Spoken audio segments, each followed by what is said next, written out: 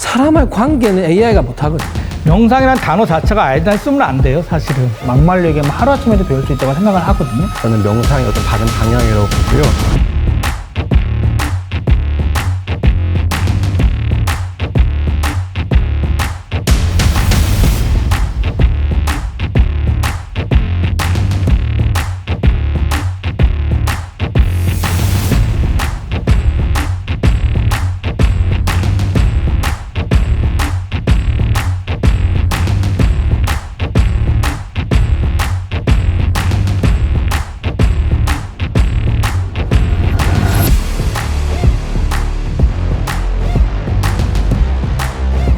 네, 벌써 명상대담 3부 마지막 시간인데요. 어떠세요? 힘들지는 않으시죠? 아니, 오히려 이제 그래도 명상이란 주제로 보니까 더 좋은 거죠. 좌선 9시간도 해봐야 되는데. 저희가 1부와 2부에서는 명상의 과거와 현재에 대한 이야기를 나눴으면 이제 3부에서는 명상의 미래에 관한 이야기를 나눌 건데요. 이제 말씀하신 내용들이 실제 생활에서 좀 반영이 되어야 하지 않겠습니까? 그래서 구체적인 사례를 좀 소개해 주시면 좋을 것 같은데요. 명상이라고 하는 것이 불교는 이미 이제 어떤 그 종교 체계 안에서는 아예 근간으로서 뼈대처럼 자리 잡았기 때문에 이제 한국 불교라든지 사례뿐만 아니라 제가 이제 본 것 중 영국에서는 신체는 체육 시간에, 마음은 수련 시간에, 그 수많은 여러 가지 변화라든지 또 그 속에서 얻는 고통이라든지 어려움을 체육식만 가지고는 안 되게 본 거죠. 지금 우리가 오늘 대화를 하고 있는 명상을 기반한 수행법 중에 알아차림이라고 하는, 영어로는 마인드풀니스라고 하는, 이것을 이제 어느 영국 교사가 알아차림 마인드풀니스라고 하는 걸 놓고 프로그램을 만든 거예요. MISP라고. Mindfulness in Schools project is a national charity for children and young people. We've probably reached about 350,000 kids and we've trained nearly 5,000 teachers. Our real ambition as a charity is to help a generation of children grow up with stronger foundations in mental health. 너무 와닿았던 게 상대의 말을 들어준다는 거예요. 아이들이 상대가 말하는 걸 들어줄 수 있는 시간적 여유를 가졌다는 거예요. 그게 저는 참 많이 와닿아서, 예전에는 손들어 선생님께 질문할 거를 다 요즘은 이제 네이버를 찾거나, 요즘은 유튜브랍니다. 예, 그렇죠. 이제는 유튜브에, 저도 이제 얼마 전에 조립 창고 만드는데 유튜브 보고 이렇게 어떻게 만들어야 되나. 이런 굉장히 능력적인 면은 AI라든지 이런 부분 많이 대처를 할 건데, 사람의 관계는 AI가 못 하거든요. 상대하고 어떻게 교류할 거고, 그러기 위해서 나는 마음 자세를 어떻게 좀 여유를 가져야 될 거며, 그 상대를 바라볼 수도 있어야 되고, 상대의 말을 들어줄 수 있어야 관계가 형성이 되는데, 지금 우리가 이야기하고 있는 명상이라고 하는 것을 올바른 삶이라고 하는 윤리성만을 제시하면서라도 이런 아이들에게 차근차근 가르치면은 협업하고 협동하고 함께 살아가는 그 능력을 기르는 정말 중요한 이 수행법, 그리고 또 하나의 큰 중요한 방법 하나를 얻어갈 수 있다. 그래서 저는 명상이 그런 방향 쪽으로 좀 더 가는 거, 우리도 또 많이 생각해 봐야 되지 않냐 생각합니다. 명상이라는 단어 자체가 일단 쓰면 안 돼요, 사실은. 그죠. 그렇죠. 요즘은 마인드풀니스라고 이제 좀 변화된, 그러니까 명상의 가장 좋은 점이 얻은 거 하나에 집중하게 하는 거잖아요. 네, 이게 많은 생각에서 한 가지 생각을 집중하게 하는 게 명상인데, 예를 들어서 하나에 집중하는 여러 가지 훈련이 교육 프로그램이 있을 수 있겠죠. 전체로 보면 그렇지 하나의 명상 프로그램을 얘기할 수 있는 것이고요. 이제 그런 면에서 단계별로 가면 나중에 이것이 명상이었구나 하면 이제 본래 의미의 어떤 전통적 의미의 명상까지도 또 진행될 수 있겠죠. 네.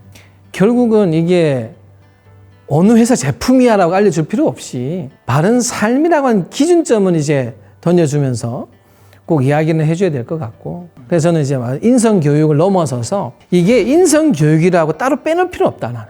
저는 그렇게 생각해요. 이미 영국 사례가 정규 교과 과정 안에 넣으려고 하거든. 체육 시간이 있으면 당연히 우리가 마음을 단련하는 시간도 있어야 되지 않냐. 오히려 이렇게 전체 모든 종교가 모여서 우리 청소년들에게 이러한 방법을 좀 제시해서 스스로가 건강하게 어려움 속에서 튼튼하게 자라갈 수 있는 방법을 제시해 주자. 그리고 그게 저는 정상적인 교과 과정 안에 꼭 넣었으면 하는 생각이에요, 저는. 그리고 한 가지 오해가 있는데요. 그 어른이 더 명상 잘할 것 같죠? 전혀 아닙니다.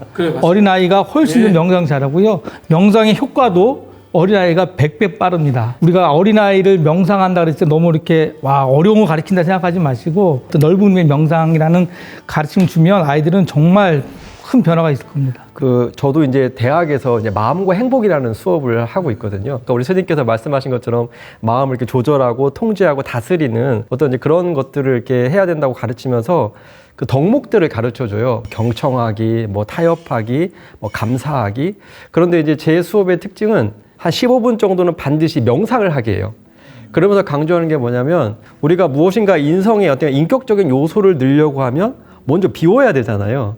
그러니까 우리가 밭에다가 무엇인가를 심으려고 하면 그 밭을 다 일구듯이 명상이라는 걸 통해서 우리 마음을 안정시키고 우리 마음밭을 이렇게 간 다음에 거기다가 우리가 원하는 곡식을 심어서 싹트게 해야 되는데 그런 과정이 없이 막 심으려고 이것도 좋으니까 이것도 심어야 되고 저것도 좋으니까 저것도 심어야 되고 그러니까 오히려 이제 부작용이 나고 인성교육 너무 싫어. 나는 인격적으로 이미 완벽한데 왜 자꾸 인성교육이야.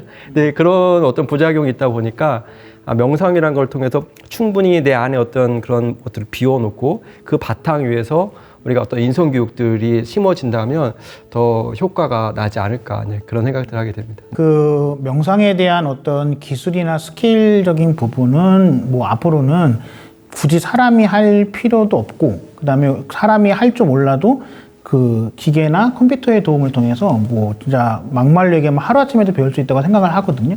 중요한 거는 본질적인 지향점에 대한 건데 그게 뭐 인성교육이든 뭐 불교에서 이야기하는 불성이든 그리스도교에서 얘기하는 선성이든 아니면 우리가 사람하고 함께 살아가는 데 있어서의 어떤 뭐 착함이나 아니면 뭐 양심이든지 간에 그런 본질적인 부분들을 더 가치 있게 여기고 그 가치 있는 것들을 깨우치기 위한 방편으로 우리가 어떤 교육이든 종교든 존재 의미가 있다고 생각을 하고 또 이제 그런 시대가 될 거라고 생각을 합니다. 그래서 앞으로의 종교의 의미는 어려운 사람, 힘든 사람 또 아니면 좀 마음이 가난한 복음에 나오는 마음이 가난한 사람들에게 행복감을 줄 수 있는 만족감을 줄 수 있는 그리고 내가 세상을 잘 살아가고 있구나라는 거를 알려줄 수 있는 것에 가치가 있지 않을까 생각을 합니다. 결국 명상의 목적이 우리의 삶 전체로 이제 명상이 들어오도록 하려면 명상도 나만을 위한 것이 아니라 주변을 위하는 그 선한 의도를 갖고 행하면 더 좋겠다는 그런 말씀이신 네. 거죠. 오늘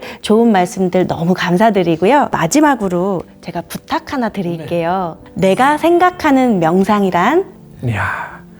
선생님께서 임팩트 있게 한번. 저는 명상은 저는 이제 내비게이션이다. 이미 이제 내장되어 있는 내비게이션이다.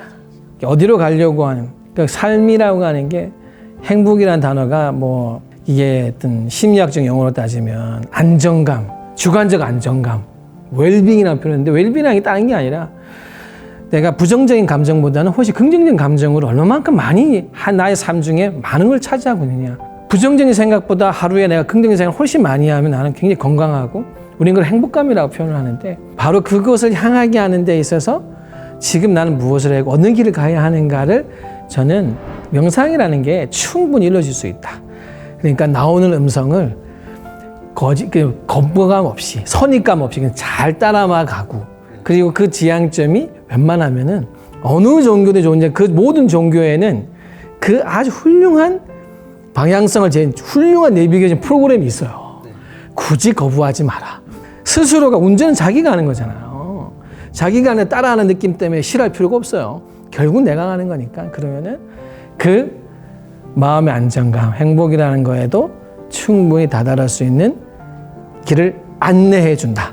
그렇게 생각합니다. 제 정의는 아니고요. 제가 좋아하는 그 명상에 대한 문장이 하나 있어요. 그 간디 선생님이 그 기도 명상 얘기할 때 하는 말인데 명상은 아침을 여는 열쇠고 밤을 닫는 빗장이다. 이런 표현이 있습니다.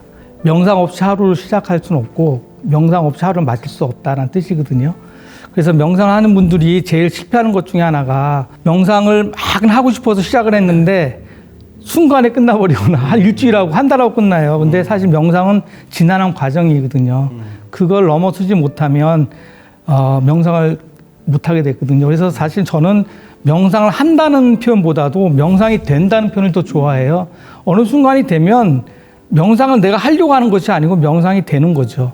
저는 명상은 일상이다라고 표현을 하고 싶어요. 명상은 일상이다. 시간이나 장소의 구애 없이 언제든지 어느 때든지 할 수 있는 것이 저는 명상의 어떤 바른 방향이라고 보고요. 뭐 간단하게 우리가 실천할 수 있는 표현을 만들자면 곳곳이 명상 센터요. 순간이 명상 찬스요. 일마다 명상거리다. 이렇게 해서 우리가 일상생활 속에서 명상을 구현해 간다면 지금까지 저희들이 같이 이렇게 담론했던 어떤 많은 효과와 또 우리 모든 종교가에서 추구하는 어떤 뭐 해탈이 됐든 어떤 낙원 건설이 됐든지 간에 그런 모든 것들이 결국은 명상을 기반으로 해서 이루어질 수 있겠다는 생각을 하고요. 그래서 일상이 곧 명상이 되고 명상이 곧 일상이 되는 그런 어떤 시대가 왔으면 좋겠습니다. 네, 저는 명상은 관계다라고 정의할 수 있겠는데요. 그러니까 나와의 관계도 물론 중요하긴 하지만 이제 하느님, 뭐 신과 그다음에 다른 사람과의 관계이기도 하고 그다음에 사람이 어쨌든 살아가면서 관계성 안에서 떨어져서 살 수는 없잖아요. 그러니까 이제 따로 시간을 내고 아니면 어느 때에만 뭐 평화를 얻거나 뭐 심신의 이완을 얻기 위해서 명상을 하는 게 아니라 건강한 관계를 맺고 그 안에서 행복감을 찾기 위해서 꾸준히 항상 명상을 하는 게 중요하다라고 생각을 합니다.